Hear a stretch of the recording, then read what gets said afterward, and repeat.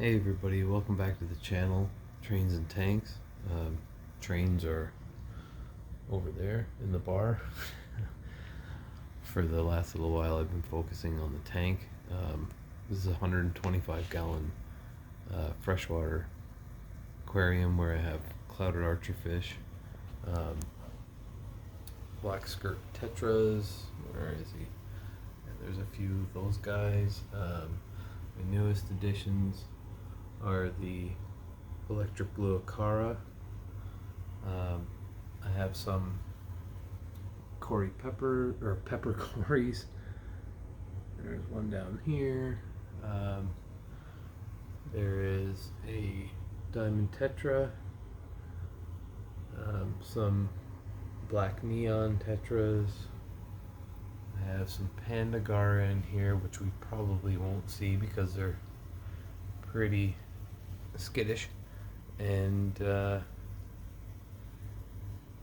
have I think there's two little flying fox in here as well, but the kings and queens of the tank are clouded archers. They're doing really well. I've just I'm just putting this post up, or this video up now, because I've rescaped the tank. If you are a subscriber, you'd notice that there's been a bit of a change. I used to have just all driftwood here, and then it flowed into rock, and another rock outcropping over here. Now I put a large piece of driftwood on this side, more driftwood on this side, and it is all artificial plants. Other than in the top I have pothos. It just, for me, it's a little bit easier with the artificials. But everyone in the tank is doing really well. I ripped out 3/4 of the pothos up top. It used to fill this entire area up here, which it kind of didn't allow the light from the lighting source up top to get through all the way to the bottom.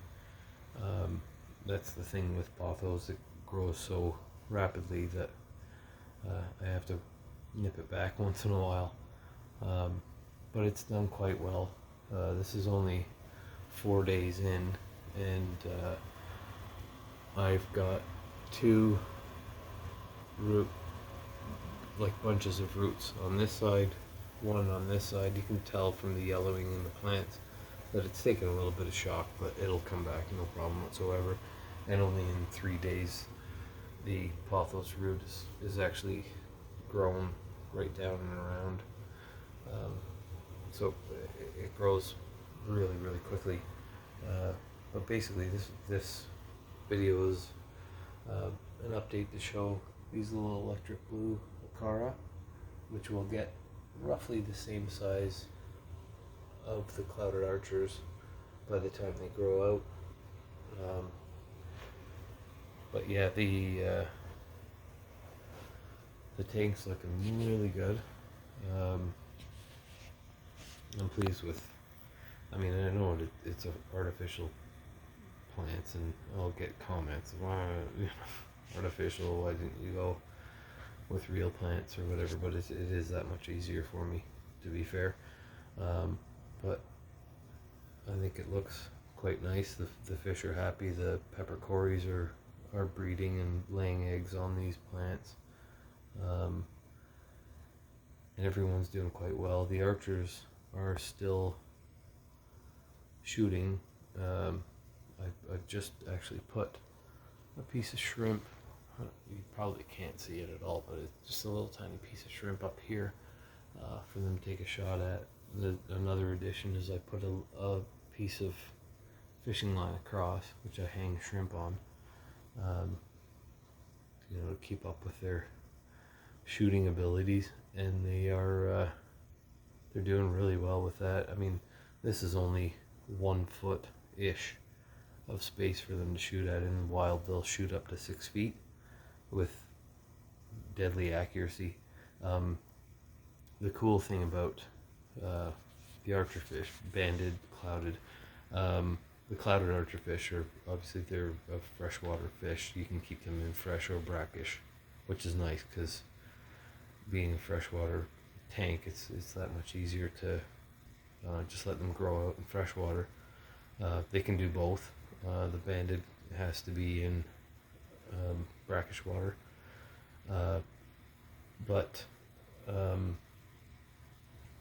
with the size that they are getting to, their accuracy is getting more and more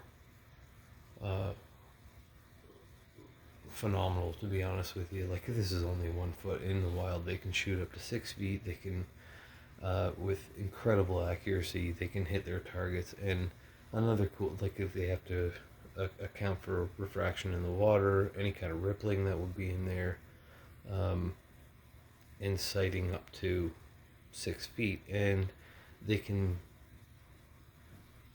actually form their jet of water to be just a jet, or if there's a larger prey item, that jet of water, they can kind of relax their jaw at the end of the shot, where that jet of water can grow into a ball, and if it's a larger prey item, that the back end of the jet of water can catch up to the front end, making more of like a cannonball effect, and hit a larger target with more force.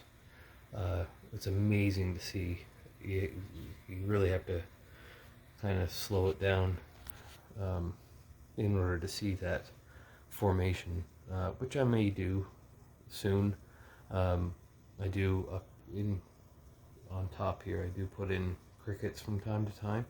I like to let the canopy grow out, but I also have a clear piece of plexiglass, which I think is going to be my next thing, is just this clear piece of plexiglass. I'm just going to water jet that into a whole bunch of maybe 1/2 inch or 1/4 inch holes all the way through this, and hang it, or have it just suspend halfway up, or maybe right on top of the braces on the top of the tank, so that I can have the crickets kind of walk around there, but still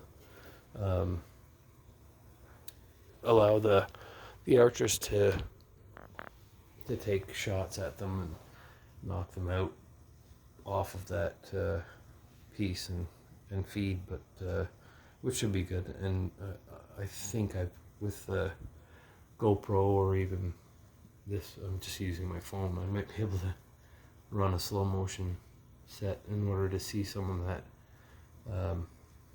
see some of those shots, and maybe, I don't think I get any of that that kind of sizing of the jet and all that kind of stuff, but I'll try. But anyways, this is the update. Everyone's doing really, really well, especially after, like, I did probably about a 50% water change in order to fit all in, well, actually to get down in to escape this all, and then brought the water back up. The archers, they are a timid fish. They were kind of over in the corner, which they like to be, because this is all sort of open in the basement, and we kind of come in and out this way. They tend to kind of corner over here when you're coming into the basement. When I did the change, they were over here for only a couple of hours, and then they kind of ended up, gaining confidence again and swimming back out into and exploring. But now they're all over the tank. And I've seen a little bit of, I don't know if anyone else is a banded archer keeper, if you can explain this, but as they're swimming, they'll kind of side on, and I'm assuming it's sort of an aggression pose, but I'm not 100% sure. But it was just this evening, it was the first time I've seen them. They're swimming normally, and then they'll side on, which you would see with, like, for me, where I live, you would see that with pike, muskie, bass, kind of trying to make themselves look bigger, so there might be a little bit of aggression that I'm dealing with now as they are getting bigger, but everyone seems to be, I mean, like, that was once that I've seen that, and that was just this evening. So other than that, they're all kind of getting along, and I was hoping to get a shot here, but I did feed them earlier to this piece of shrimp up top. Maybe if they see me kind of go like that, hand up, they might be able to find that piece, and then I'll just kind of take it easy and stand back for a moment.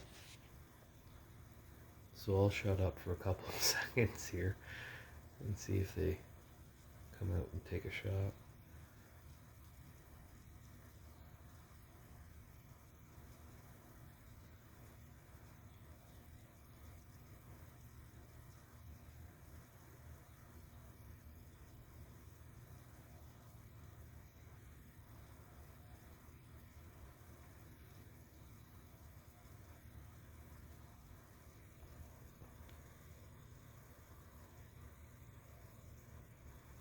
I think they may be full because I did quite a good feed earlier on. But anyways, it's for another video. We'll get some shots. I'll put some stuff up there so that well, pre-feeding we'll put some stuff up on top. But I did design this or built this canopy so that the doors close off.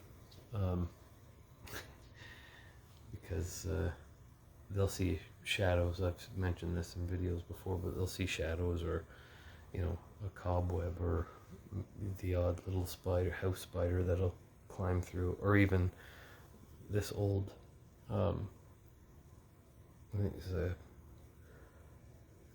they're jacks that are up in the ceiling, because my old television unit used to be back here.